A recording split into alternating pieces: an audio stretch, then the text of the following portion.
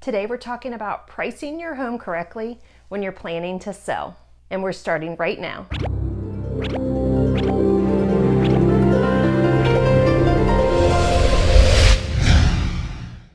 Welcome back to my channel. I'm Jennifer-Brickhouse, a realtor with Rose & Womble Realty in Hampton Roads, Virginia. If you've never been here before, please consider subscribing by clicking the notification bell icon so you don't miss anything important. So you're thinking about selling your house and you're wondering how to come up with an accurate listing price. Well, let me tell you a few of my secrets. Price per square foot means nothing.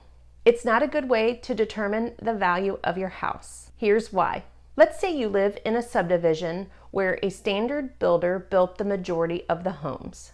The house across the street from you is also for sale. You guys have the same floor plan, the same square footage, the same number of bedrooms and bathrooms. They have laminate counters, black appliances, and vinyl floors, and you have granite, stainless steel, and hardwood flooring. Are you seriously going to tell me that the price per square foot will be the same for both houses? No, it will not, because the condition is far superior to your home. Instead, what you want to do is look at the houses that are currently for sale and the ones that have recently sold. Look for homes in your neighborhood whenever possible, or neighborhoods that are immediately adjacent to yours. Look for properties with the same number of bedrooms and bathrooms, similar square footage, similar age, similar lot size, similar condition. And see what those houses are selling for and compare them to what the asking price was. Are they selling for 100% of the asking price? Are they selling at 90%? Are they selling at 98%? That will give you a good guideline of what the people are asking for and what the houses are selling for. You can also see if they're asking for a closing cost credit. Then when you are coming up with an asking price, you're going to take all of these things into consideration.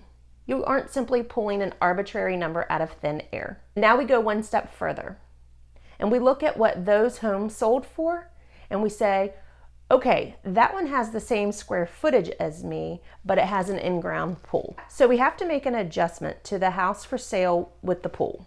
There's another house, also a 3-bedroom, 2-bath, but it is 200 square feet smaller than my house, and we have to make an adjustment to that. And by doing these adjustments, we come up with a value range for your house. So let's say the value range is between $225,000 and $230,000. We've narrowed down that range. Now we have to figure out, how quickly do you want to sell? How motivated are you?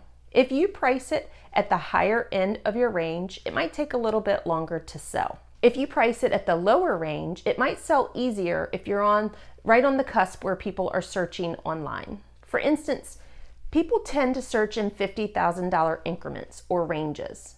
They search from $150,000 to $200,000, $200,000 to $250,000, $300,000 to $350,000. And if you price your house at $199,000, you will reach all of the buyers that are looking in the $150,000 to $200,000 range, but you will miss all of the buyers in the $200,000 to $250,000 range. So where do you price it? You might price it exactly at $200,000 so that you can reach both categories of people. And if you're super motivated to sell and you need to get this home in contract within 10 days, perhaps you slightly price below the market value, because then everybody is looking at it online and they say, wow, that's a great deal. We really need to run out and see this right away. And perhaps it will drive competition and you get a multiple offer situation going on. And then you get your pick of offers and choose the one that you feel is the strongest, that has the best chance of going through without a hiccup. Whatever you do, do not use Zestimate. Don't do it, just say no.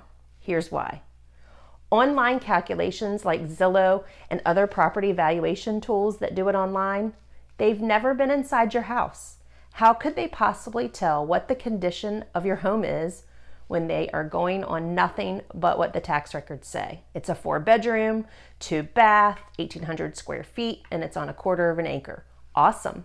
So is every other house in the neighborhood, roughly. How can we tell what your house is worth if we've never been inside of it before? And therefore, the Zestimate is worthless. They have a huge margin of error. And people who fixate on this estimate are usually sorely disappointed when their real estate agent comes to their house to tell them what their house is actually worth.